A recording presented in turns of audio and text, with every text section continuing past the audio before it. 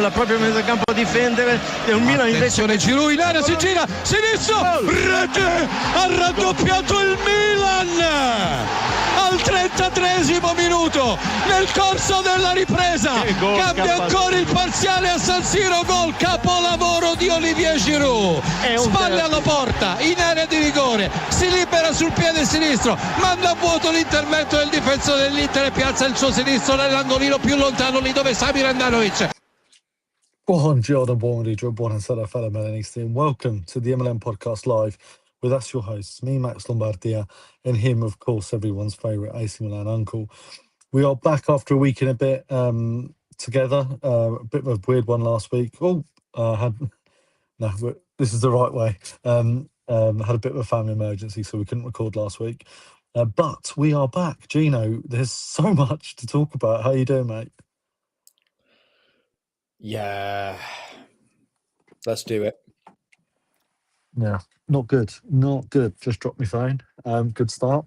Right, so before we get into things, let's thank our friends over at Milan Extra for their graphics. Please give them a like, follow, subscription. Great page, absolutely wonderful. Right, look, before the game, this was going on. So the curva mounted a protest, Furlani OUT, shouting, whatever, singing. Thoughts on this, Gino?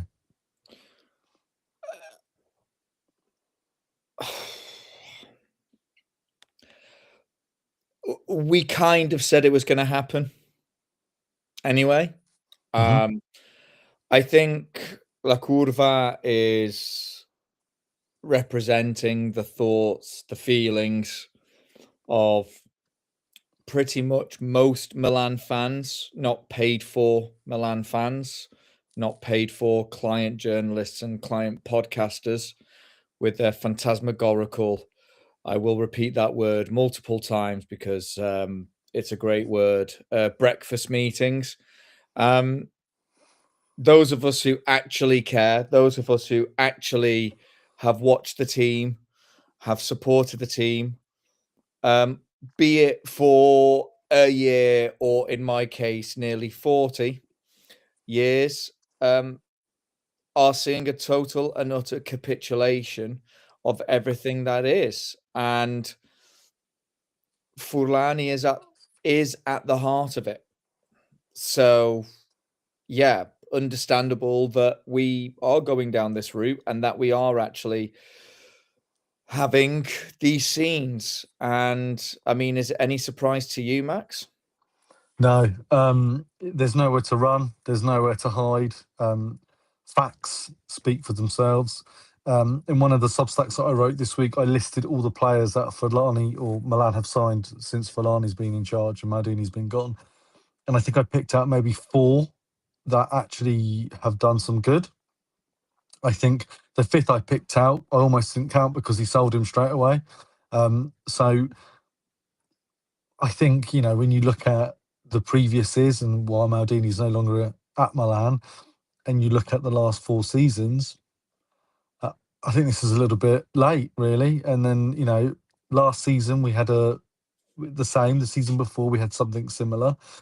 It seems every season under this lot, there is a protest in some way or form. So I'm quite happy to see this. I mean, they still backed the team during the game until the 3rd goal. Then they left and, you know, great thing in the stadium, which I put as the ticker. Yeah, I think they do. I think for once, this is the same message as most fans, actually. Fans that would defend Furlani must be a bit short in numbers or a bit, because I'm not sure what more you need to do that. However, there is a quote from a certain ex-footballer defending Furlani, but I'll show you that later on as we go. So yeah, I just started with this because this was before the game itself. So look, both of us said that we would lose. The result, strange. I don't really think it reflects the game. I think it was a bit of a last-minute hurrah from us with a couple of random goals. But if I just show you the starting formation. So this, I've done it from this because it gives you the ratings as well. So obviously Manyan in goal, De Winter, Gabriel Pavlovic. De Winter had to start because Tomori was suspended. Salamakers, Loftus-Cheek, Richie, Rabiot, Bartazaghi, no Fofana. Obviously, Modric isn't there, no Yashari. And then we started Jimenez with Leao. And obviously, the rumour was Pulisic was going to start with Jimenez until Pulisic's fictitious injury came up, unfortunately. And again, there's something on that I've got as well. Victor 91, fucking rat that he is, the smirk on his face as it all. Yeah, he's a piece of shit. Right, thoughts on the starting 11, Gino? I mean, I thought as soon as I saw RLC, Richie, Rabiot, I thought we're in trouble here. Yeah, I mean, Richie, Rabiot were in trouble. Loftus-Cheek shouldn't be anywhere near the pitch. And again, a back three that's been struggling, and a front two where Leao has just had probably the worst season he's ever played for us, even though he has had the double-digit, goal assists, in consecutive years. Well, Jimenez, he's just not worked out to be a striker that's going to be getting us goals. He's coming back from injury. He's coming back from lots of rehab.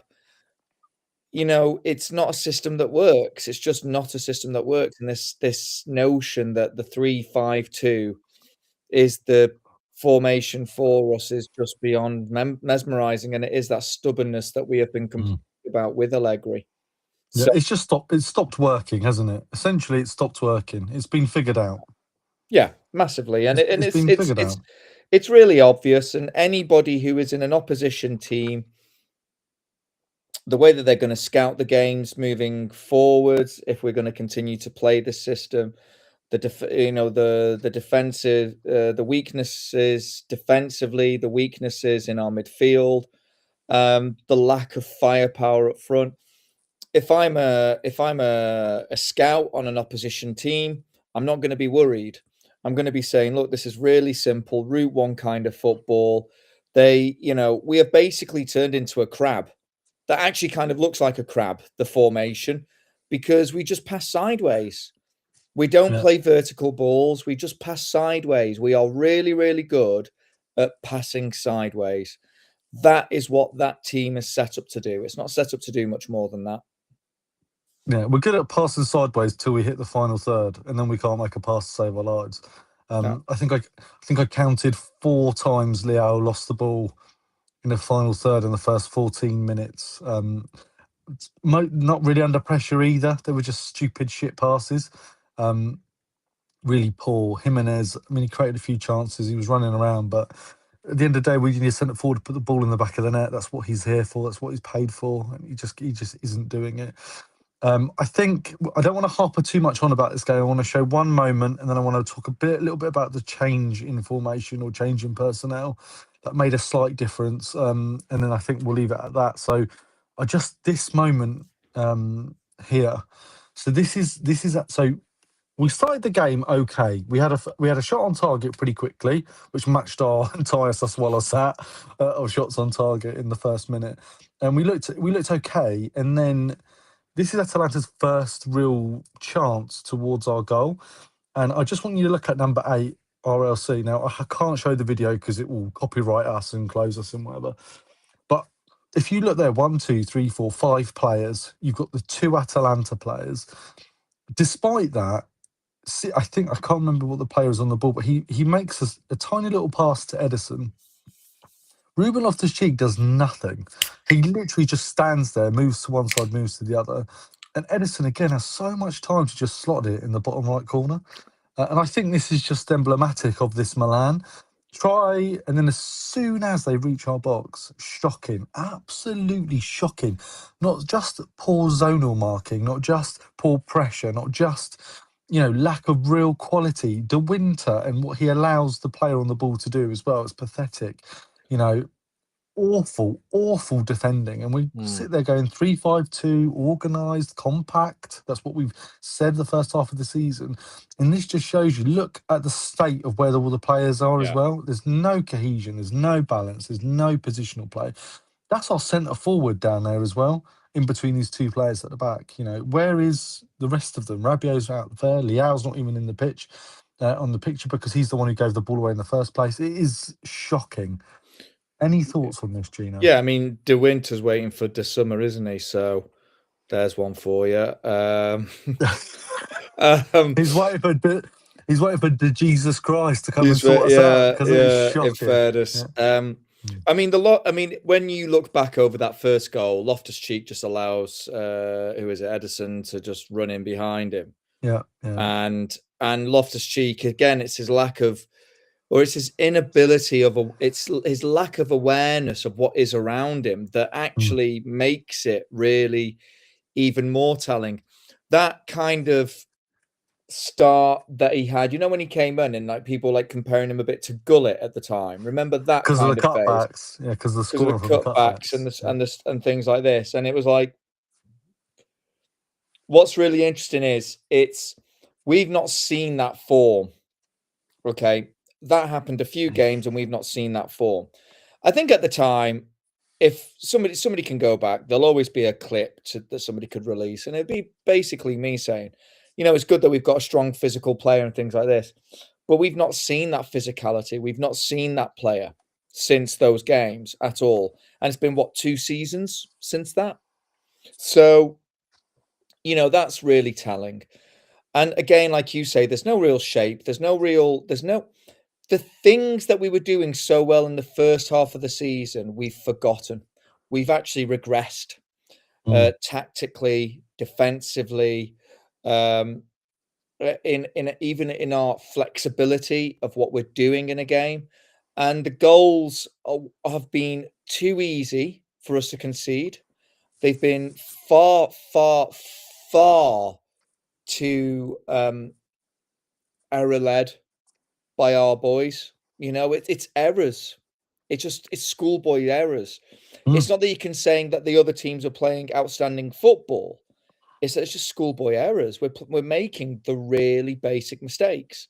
Yeah. And that was symptomatic of what was happening last season that we thought we'd fixed.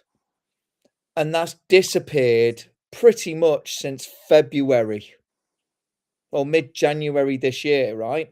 February. I mean, the game that we went and watched since Parma, it's been just shocking. And I don't know what else there is to say, really. I really don't know what else there is to say.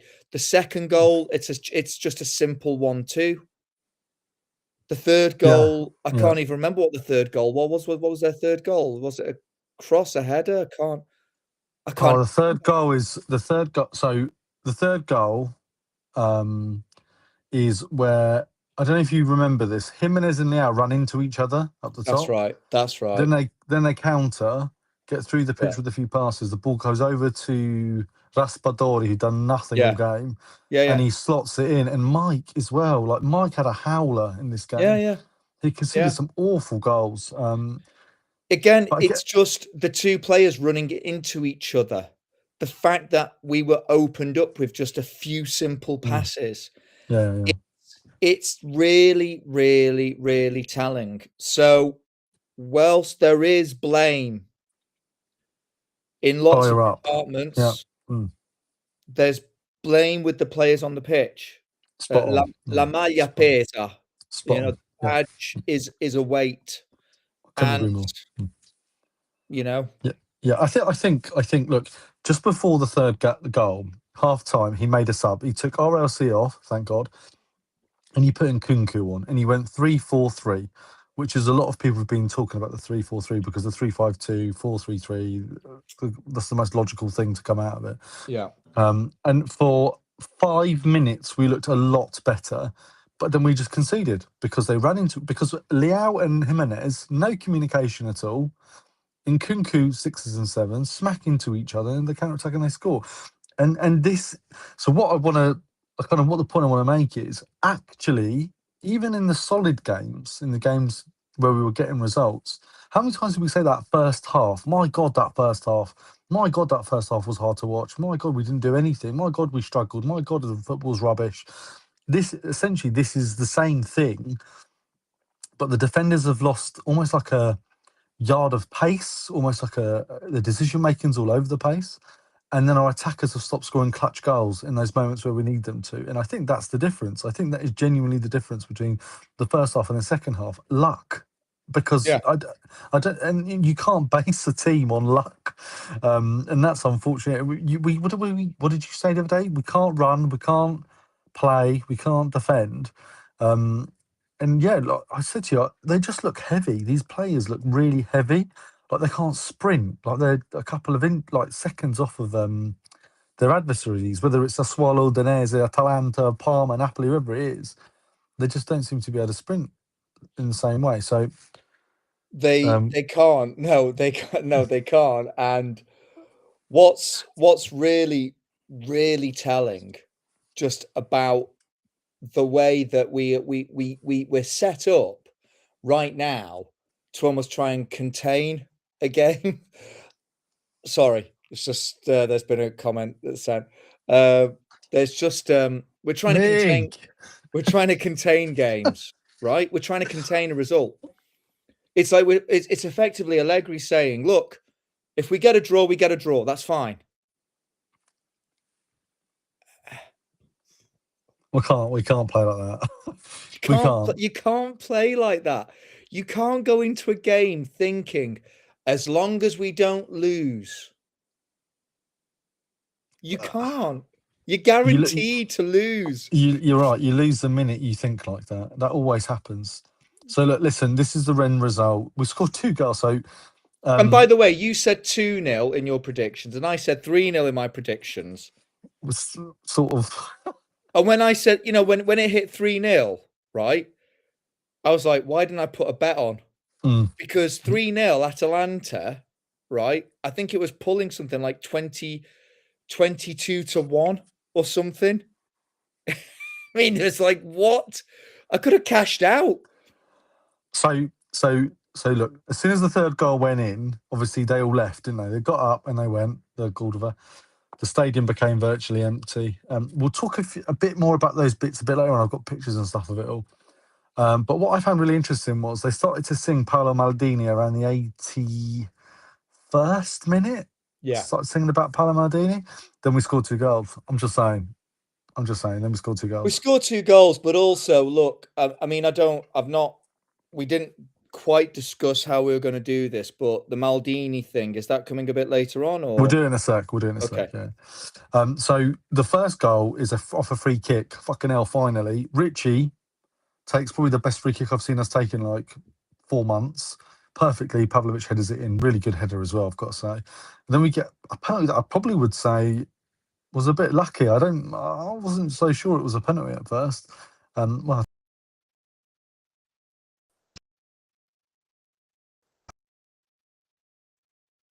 it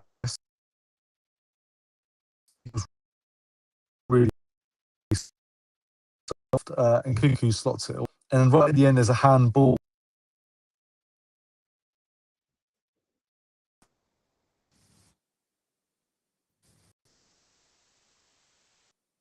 It's working now. Hello? Sorry. We talked about Maldini. It's why there. Yeah, it's like Hello? Cardinale has just done something. Yeah. So I was just saying, we scored the 2 goals. Cuckoo scores a penalty. There's a shout for another penalty right at the end, and that's it really. Game finishes 3-2 to Atalanta. Another loss, big loss as well, and it really screws us up for the league table. Gino has gone again. No, I'm here. Gino, I'm going to say out.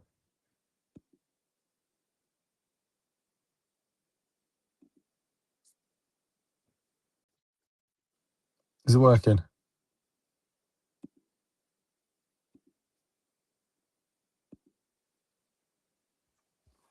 Hello, can you hear me? Are we working? Is everything working? Yeah, I can hear you. Can you hear me? Max, yeah, I can hear you. Yeah, you just... We did the Maldini thing. You were doing a whole recap, and then it just kind of talking about the second goal. Went funny. And then it went funny. And then, yeah, so there is a little bit of a lag as well. So...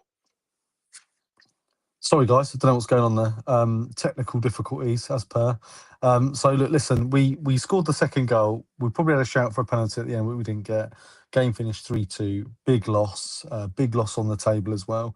and a real sucker punch in terms of how we play and what's going on.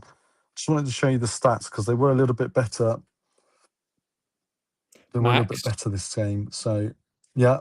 Can you just kick me out of the room again and then bring me back in? I think there is a bit too much of a lag.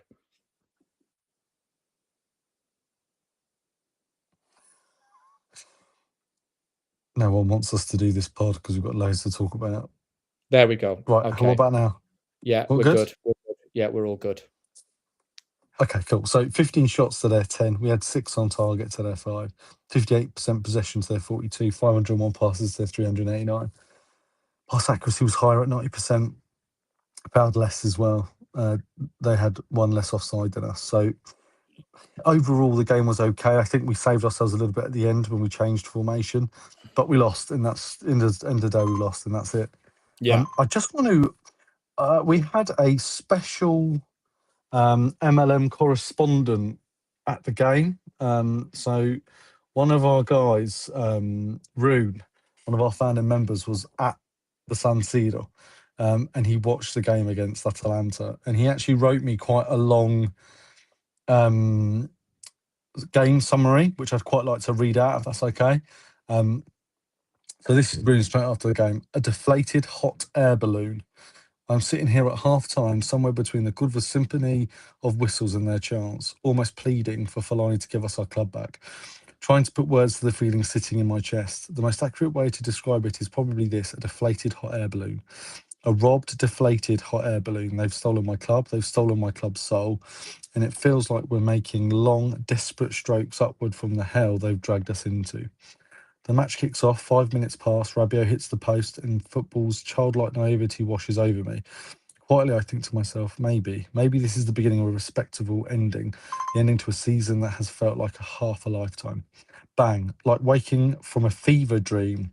Atalanta create their first real nothing at all, and suddenly we're behind, like a bucket of ice cold water straight to the face. Remind me exactly where we stand. The game goes on, and I start seeing signs of something that vaguely resembles football, but then out of nowhere, 2-0. What is even happening? Alexis looks like a man unworthy of my colours. Rabiot and Ricci are desperately searching for something, but nobody actually does anything. Then suddenly a huge chance for Rafa, and somehow he manages to put it into the only place Konosaki can save it. In my brief euphoria over an actual chance, hands covering my face, I glance at our bench, and then I see something, a sight that perfectly captures where we are, how far we've fallen, and how distant the greatness of the past now feels. And Kunku is warming up, a player that I wouldn't even call if I needed help moving house. Out on the pitch, I'm watching football so flat, so uninspired, it makes a blank canvas look like Da Vinci. The second half begins, and just like in the first, with a better side. 5 minutes pass, and I actually think we'll come out of the break reasonably well. There is, at the very least, the suggestion of life, the suggestion of courage. Then again, bang, 3-0.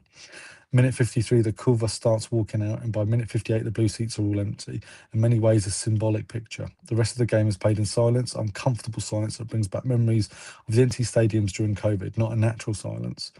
A few words on the players, not all of them, but a few worth mentioning for better or worse. Rafa, my great love that never came to be, the one that got away. Rafa looks like a finished man. I struggle to see any ending to this relationship other than heartbreak. What could have been? Pavlovic, a madman, a mad Serbian that I've grown fond of. He's erratic, he's insane, but he fights. He has spark, grit, and desire as if he were born and raised in Milan. Fulkrug, seeing him makes me angry deep in my core. He spends more time wandering around the halfway line than inside the box where he belongs. The fact that this was the best we could do in January fills me with genuine rage. The rest, I don't even have the energy to get into. Nobody can be satisfied. And finally, a few words about the referee. First of all, let's make one thing clear. The referee was not why we lost tonight. Even at 3-0 down, we had chances to win the game 5-3. The referee cannot and should not be made scapegoat. But good Lord, what an atrocious performance he put in. That this is the best this proud footballing nation can produce is beyond comprehension. Frustrated thoughts, empty of words, a deflated hot air balloon, Milan per sempre. I wanted to read it out properly because I wanted to do it justice. Rune, that was an absolutely fantastic game summary. And you deserve your little Rune's post-game comments at the bottom. Great work, mate. And again, Rune, just another fan going to watch his team, but unfortunately had to sort of endure a horrendous game. Any final thoughts on this game before we move on to other stuff, Gino? Well, I want to get your take on this. I don't know if so this has been circulating around. I tifosi che piacciono al soldato cardinale, qui siamo sul 3-0. So basically, these are the fans that people like Cardinale like, and here we're on 3-0. These are, Cardinale soldiers, as it were. And there's a picture of a dad and his kid. We are 3-0 down, and he sort of says hello, and they kind of wave at the camera. Now, what do you think of this? And then I'll give you my opinion on it. What do you think about this? Let's see if we're similar. I think using them as an object to define, who a fan is or isn't is ridiculous, to be perfectly honest. Yeah. I think using, it's all right, fine. Oh, so they don't understand football, or they don't understand the game. They don't understand what's going on. Or maybe they do, and maybe the camera's just on them, and it's a dad and his lad, and, they're just smiling and waving. It means absolutely nothing.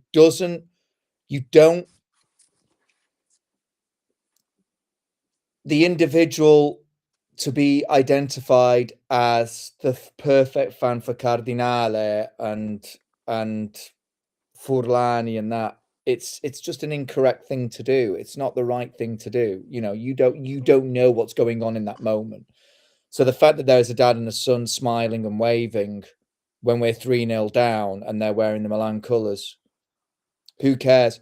I think there's a racial element as well to that tweet, by the way. I think there's a racial element, because they are, would you say they're Milanese? No, you wouldn't say they're just, I don't know. They could be, you see. So I don't know. You're just going off the colour of their skin. But I think that there is a racial element to it, as if to say something that's, perversely racial. Basically, that tweet could have been written by Nigel Farage, for God's sakes. I think it's disgraceful. I think it's absolutely disgraceful to use the moment from a father and a son to prop up your agenda. This is shocking. That we all hate Cardinale, yes. That there are probably actual people that don't understand things, yeah, I get it. But really, a kid and his dad. What is the dad meant to say to his son when the camera's on him? Boo, swear, stick your middle finger up. Like, what's he meant to do other than smile and say hello? I think you're right. To pass your own agenda. But the more I'm looking at that picture, and the more I'm looking at that kind of tweet, there is something in me that's saying there's something very racist about it as well. Yeah. A lot of the comments from people like this was sort of saying things like, you don't get, people don't get it. Only in Italy we understand this, blah, blah, blah.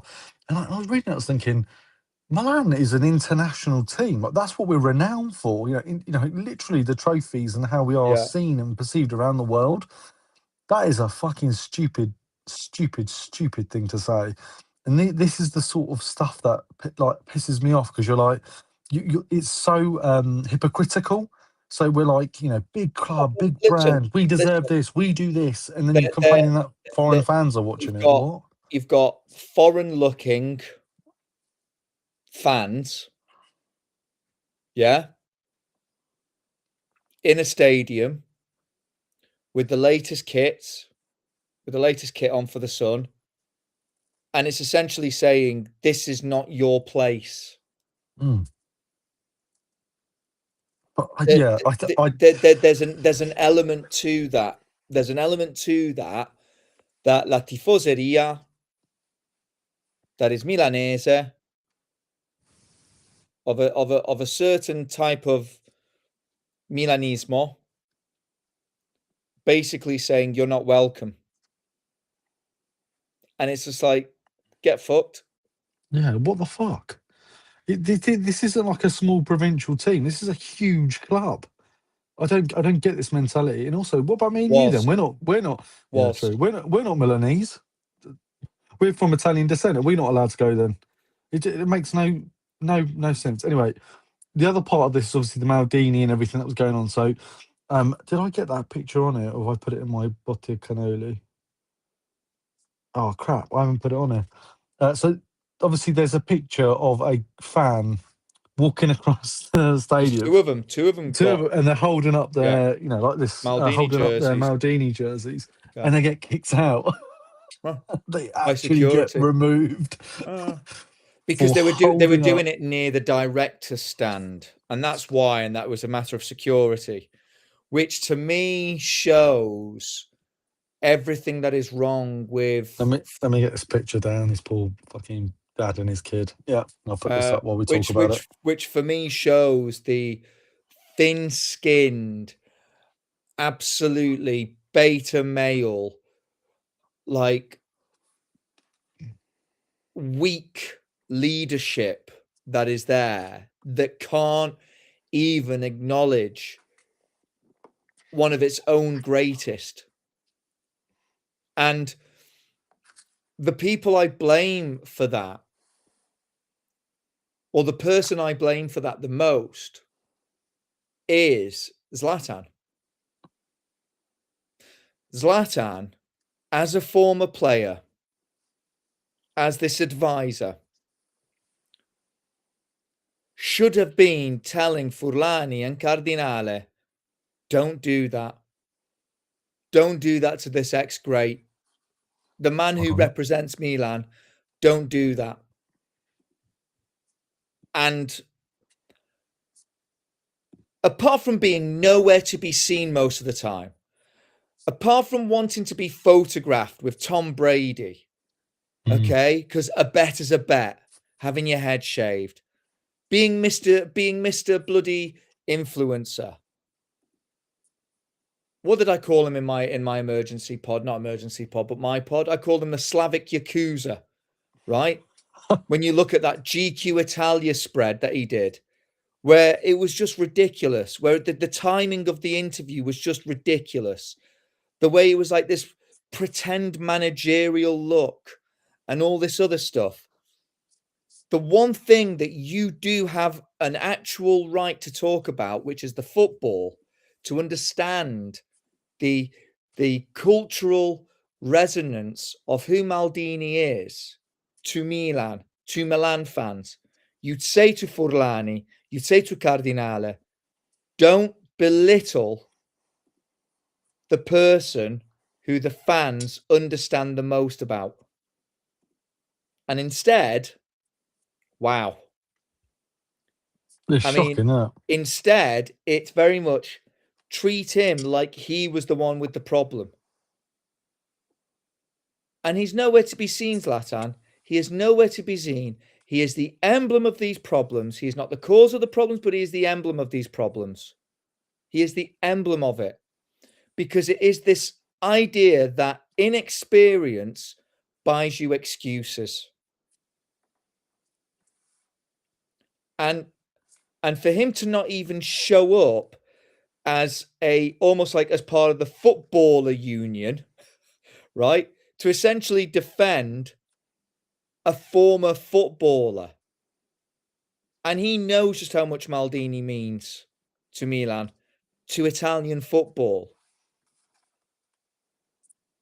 Zlatan, this is on you. It really is. It's embarrassing. It's embarrassing. It's embarrassing. And to kick out then fans, like, wow. You know what? Where's the tweet from the guy that posted the picture of the dad and the son saying, e questi sono I nostri dirigenti che piacciono il fondo. Yeah.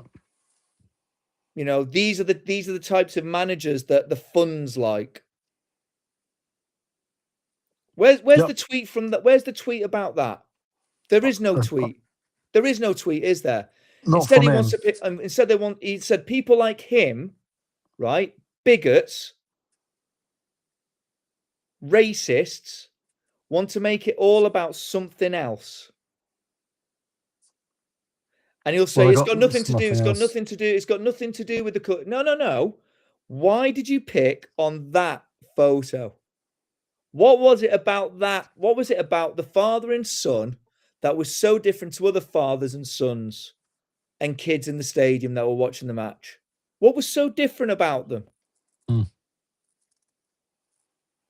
Not good. Okay, let's move on. So this is the table now because of that horrendous game. So we're a bit lucky that Napoli somehow at the Maradona fell apart against Bologna. Juve won, so they went to third. So this awful Juve is above us, supposedly. And then Roma, with the biggest ghoul in the universe, with a last-minute penalty, So now they're joint points with us. So we're only ahead because of the Goal head-to-head. difference. No, it's head-to-head. It's Was not it goal head-to-head? difference. Yeah, All because right. we beat them. We beat them that 1-0 game, didn't we? I mean, Then we drew Napoli lost against the other them. night, didn't they? Yeah, against Bologna. Shocking. Yeah, Bologna. Yeah. Sorry, you said that. Yeah, Yep. sorry, you said that. So look, all Milan can do is win against Genoa and win against Cagliari. If they do that, there's no chance of anyone catching them up. Not happening. What's No, next? no. So Not I'm against a bit. Genoa. Not against Genoa. Okay. Some bits and bobs now. So I don't know if you've seen this interview that Conceição gave to the Repubblica. We needed much stronger protection from the club. In Italian, it's translated slightly different, but it's the same gist. I mean, just strengthens the point, doesn't it? That there is no club. There is no società. The point that Conceição was made in that interview, and I've read all the interview, is that essentially when you have a weak club, it influences the players. So if the management isn't strong to defend against rumors, to defend against problems in the changing room, to defend against managerial decision, all of these things that get spread out in the press, which, by the way, were just pure leaks from Furlani and co. Anyway, to the press, this is a problem that comes about, and it was the problems that he was facing as the manager at Milan. And again, Conceição is not a bad manager, but he was made to look like a terrible manager. Was he perfect? Did he make the right decisions at Milan? I'm not saying that. I'm not saying that at all. I think he needed a summer. He needed the players that he wanted. And I think something would have been different. Okay? How much would have been different? I think based on what his interview was showing is that the management, the board, are not there protecting the players, the management, the football management from vicious rumors, allegations, and all the other stuff. So therefore, it shows signs of a weak team. Yeah, fair. Okay, next one. So this is just a rumor.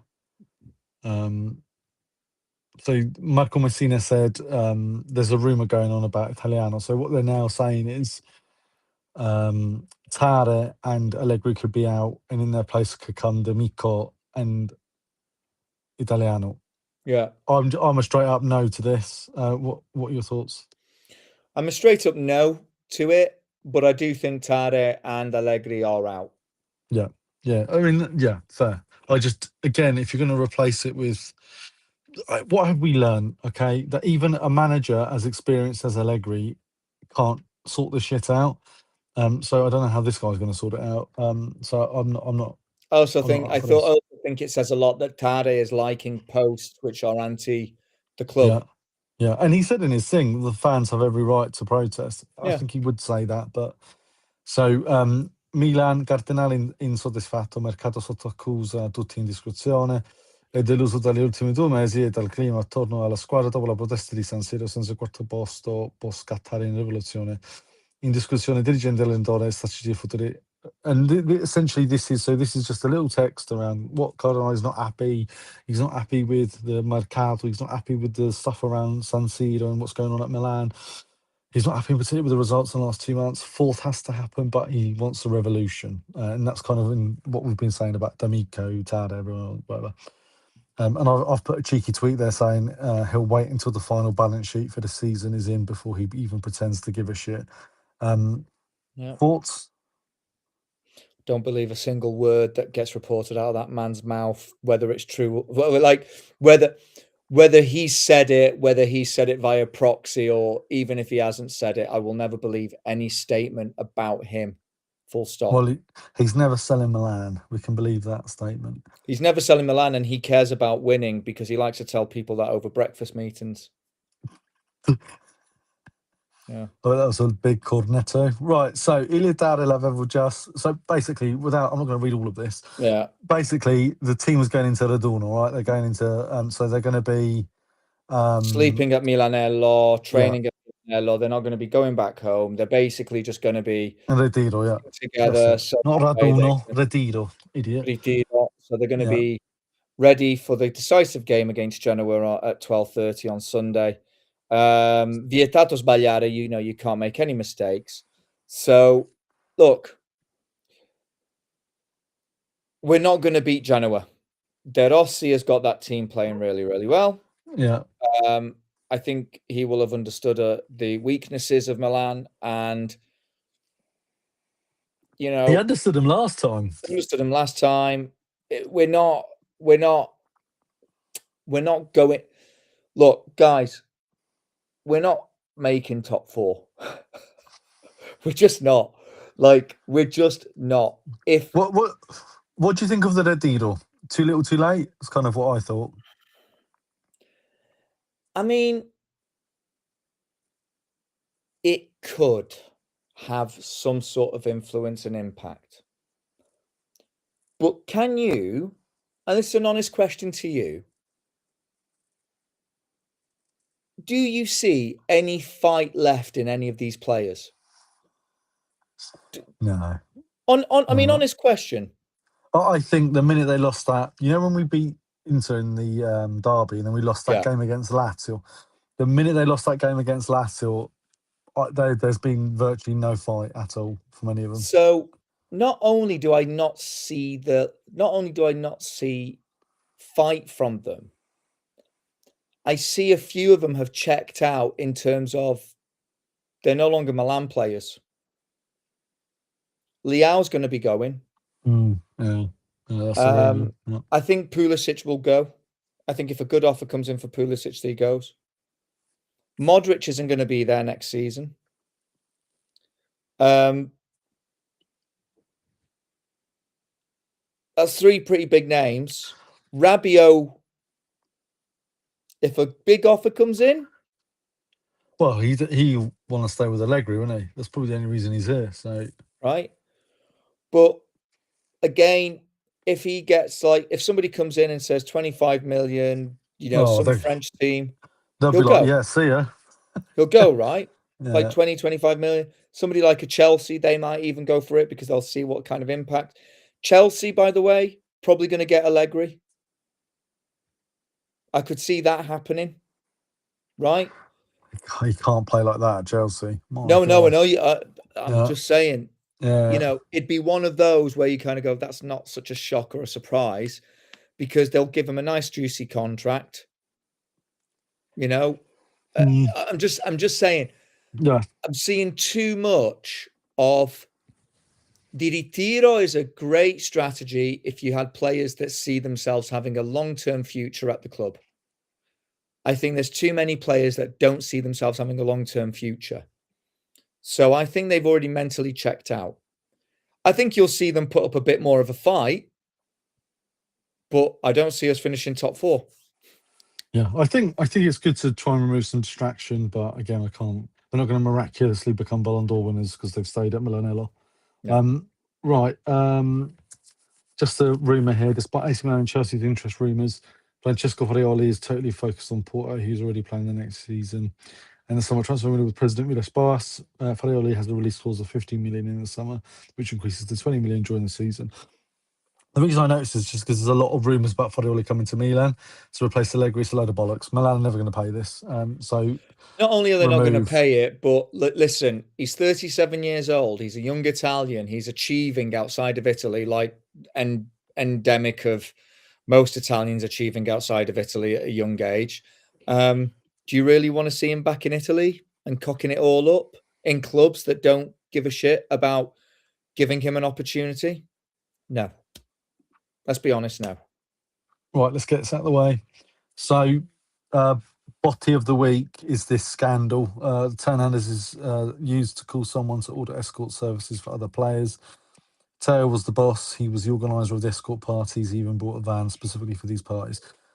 Just reading this is pissing me off. Right, so Fabrizio Cardano, whatever his stupid fucking name is, all this stuff he was going to be saying and telling us, he comes out with this, basically. This is the thing. I thought Inter were going to get relegated or something, but clearly not. So I was kind of put my hopes on it, but no, not at all. This is it. Yeah. Have you seen the videos? Yeah, I've seen the videos. I mean, I swear his wife's in the video. I swear that's his wife behind him. Probably filming it, yeah. Like Zoe, I'm sure Zoe is behind him in that video, but I could be wrong. I just want to shout this out though. This is like comedy moment.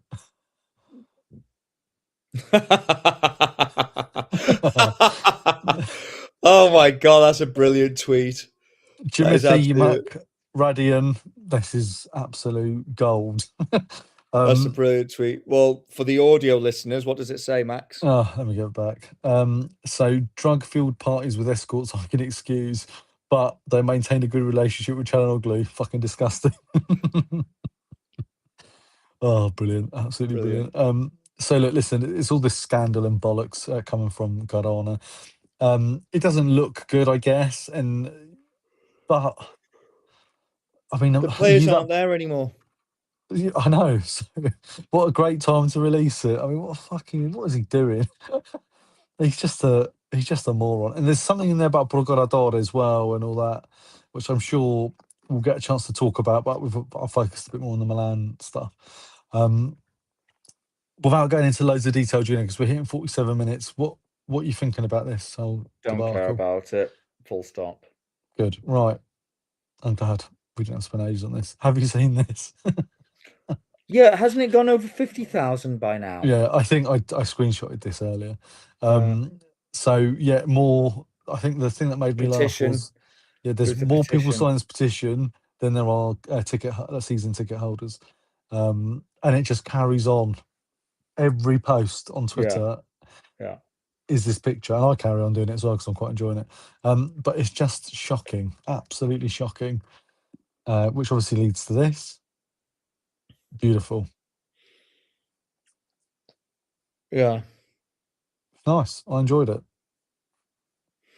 It's a beautiful. So basically, for those who are listening and can't see this and haven't seen this, it was a San Siro, Curva Sud. They all got their phones. They turned on the torches and they made the word G.F. out. Giorgio Furlani out. And they did that. Was it at halftime? At halftime, so that way he saw all of it. And in fairness, in the video, he's talking to Scaroni. He's kind of smirking. Can I just say something? That is the smirk of somebody who is really intimidated and scared. That's not the smirk of somebody who thinks that they're in the right. That is somebody who is scared. You know, I think no matter how this season ends, I do think he's out. I do think he's out. He needs to be. But I don't know who comes in. I don't know what the problem is. Cardinale does not know what he has bought. It's a bit like buying a convertible Ferrari, yeah, but all you do is just like drive it to the local corner shop. You don't know it's got all these other functions and features and it can do X, Y, and Z, right? He has no clue. He's got no freaking clue. And the only reason why he is getting money from this club is because of the people who established the club, who made the club for 35 years before he even arrived. That is the only reason why. Yeah, disgrace. Absolute disgrace. He just needs to go. I don't want harm to him. We're not, let's not go that far. No, I don't want anybody physically hurting Furlani. But I do not like. Yeah. I just think the guy. I think Furlani, Cardinale, Scaroni, Moncada, Ibra are a cancer. Yeah, they need to go. I do not like saying that word, but they are a cancer to this club. That at no point have they made it better. They've not made anything about this club better. No, 504 million to win a Super Coppa. 504 million.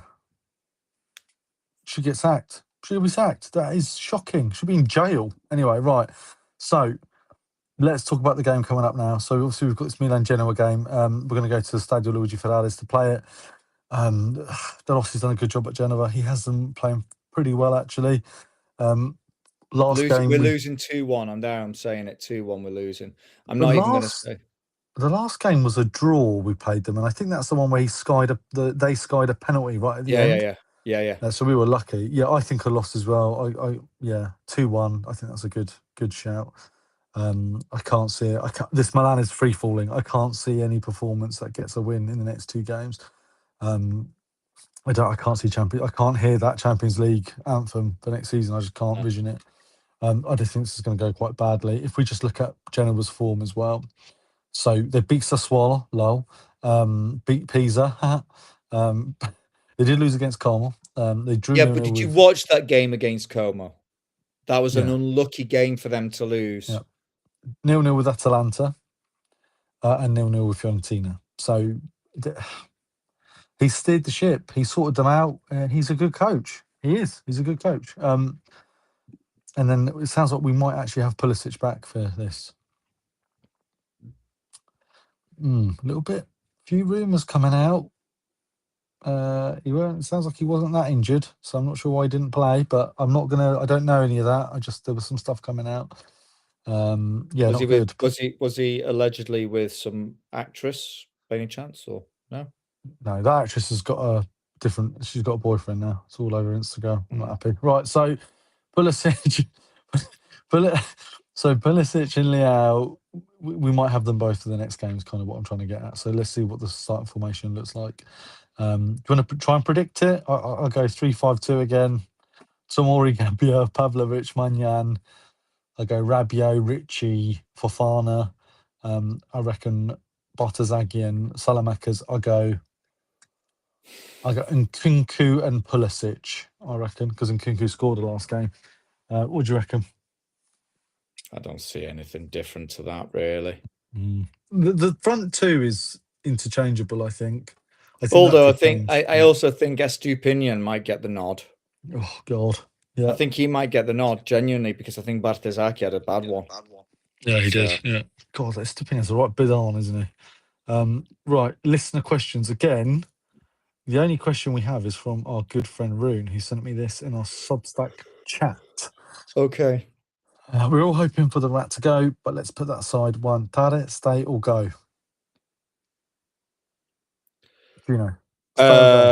Tade's going. And who do you replace him with? I think when he's put Rudi, does he mean Rui Costa? There's not a chance in hell we're getting Rui Costa. Paratici looks like he was the one on the cards before Tade.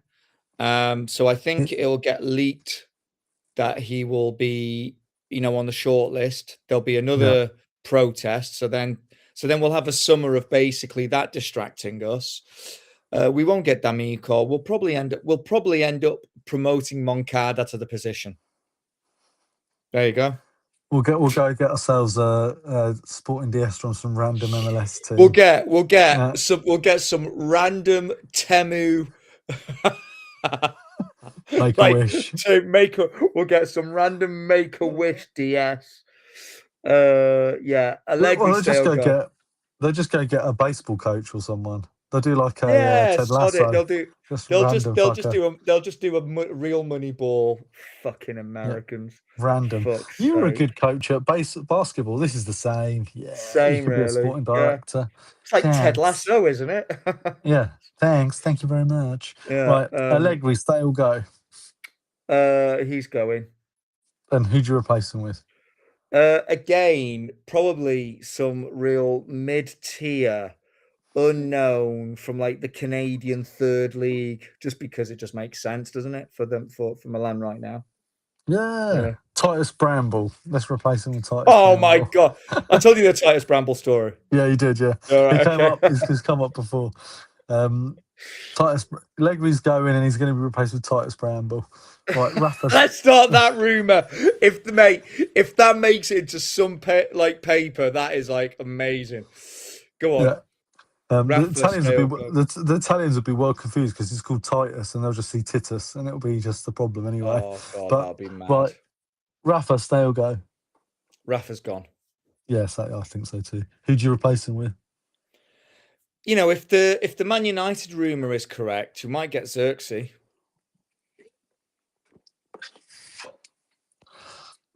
They'll sell him and buy someone like Strafetza or some random winger. That'll do, innit? That'll do.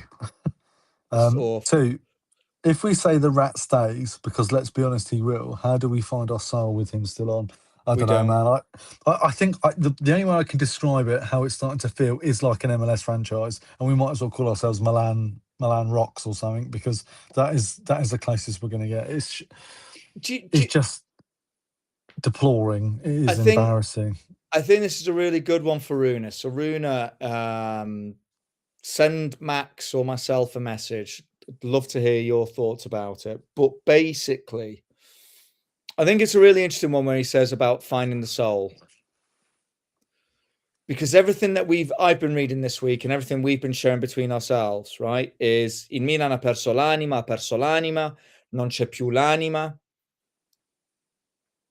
It has been like a war of attrition now. It's like we are just broken by it. Yeah. There's nothing to enjoy. There's nothing to appreciate. Even for his inexperience in the role. Maldini, when Boban was there, pure Gazidis. Yeah, there's nothing. There's nothing there. You were proud of what was being built, and it felt like the days of supporting it under Berlusconi again. All right, we didn't have the budgets. We didn't have the excitement, because I think football's changed so dramatically. It's harder to get excited about football nowadays, right? But you felt that the thing that could keep you there with the team, the people that could keep you interested, were working for your interest.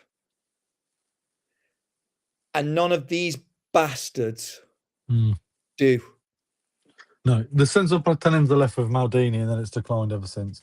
I think there should be a massive statue of Maldini outside the San Siro. I think a seat in the director's stand should just have a Maldini figure in it next to Furlani permanently. Furlani will never be anything for us. He'll never mean or be anything for any of us. Maldini will always mean something. And there's no way of going around it, unfortunately. For Furlani, he needs to fuck off. There is no soul rune, just like Gino says. There is none. It's all gone, I'm afraid. Maybe there's a way of getting it back, but we'll just sell it. That's what we do. So, which department needs new signings? A whole fucking thing, mate. Defenders for certain can't defend like this. Attackers for certain, and you can't. I don't think Yashari's the answer. So we can't pot around a 41-year-old Modric all season next year. So. Because I think Modric isn't going to stick around. No, we will have. I think we will have a form of European football next year. What it is, I don't know. So we're going to have to play weak games. I mean, honestly, can we just? I know it's getting late, and I know we're late into this, but just really, really quickly, Max, let's just think about this. Honestly, let's say Manyan leaves. Let's say our back three stay. Yeah. But Tomori goes. It's 2. Modric goes. Rabiot goes. Let's say Richie goes, because Richie's not getting enough playing time. Let's say Yashari goes. Let's say Salamakers goes. You could see like a Fulham buying a Salamakers. Do you know what I mean? Have I just lost you?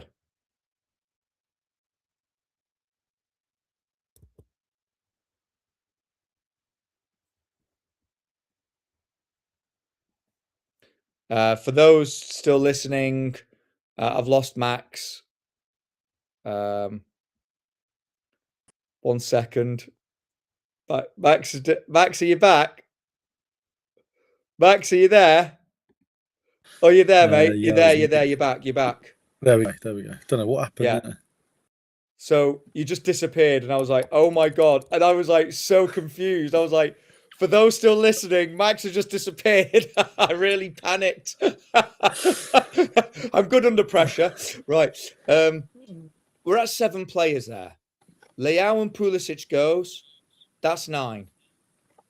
Jimenez goes. That's 10. Nkunku goes. That's 11. 11 players to replace in a summer window. I think, Gina, the reality is that's not going to happen. So I think those players, even though we think they should move on, it won't happen. We'll still have them, and the excuse will be depth to play in European competitions, whether it's Europa or Conference. But yeah, you're right. I mean, that would be a pretty big haul, and a haul that I would not be giving to these people to spend, where they fuck it up again. And again. You're going to get your Strafetzes. Not that Strafetzes a bad player, but you're going to get Strafetza. You're going to get your, just random players that make no sense again. Or you're going to get that last minute panic buying, where we end up with just random players that have nothing, like Sotil and players like that you're just like, what? Like, turn up. Right.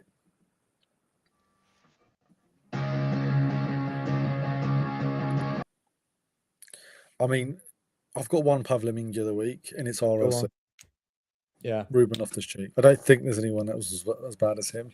We need to change Pavlominga because Pavlovic is probably one of the better players, to be fair to him.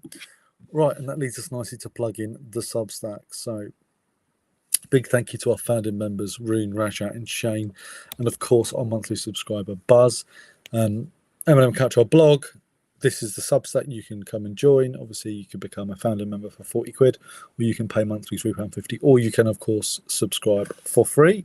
At the bottom, you will see all of our free subscribers. We're now up to 42, which is quite good. And I think we were mentioned in a back of a page Sunday newsletter for sport writers, which was quite big for us. So we're quite happy with that. Are we? Yeah, it's on there. The guy tagged us on it on the Substack. I'll send it to you if you haven't seen it. And then the pieces that I wrote this week, when it logs, is just this one. So this was just the reaction after the account. Yeah, it was a great piece as well. I tried to cover the game as much as I could, but it just kept leaning towards all the other shit as well. And then this is the one I wrote about Furlani in more detail, and I kind of just talked about the players that we've signed, the petition, other bits and bobs. And that leads us to the end. So here we are. Thank you very much, guys, for listening. I hope you enjoyed the pod.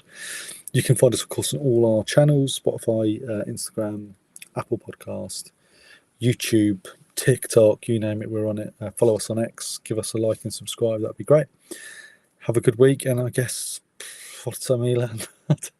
Gino, what do you want to end on? Just thanks to everybody that keeps on supporting us, watching the channels, listening on all the streams. We hit 10,000. Oh yeah, of course. 10,000 pod listens. 10,000 downloads and streams on Spotify. So just wanted to say a massive thank you to all of you that have. And if anybody is interested in just 2 to 3 minute quick reads, I also have my own little Substack. So you can read that, and there will be a bit more of me venting on the MLM Podcast Substack as well. Awesome. Thank you very much. Have a great week, and see you in a week.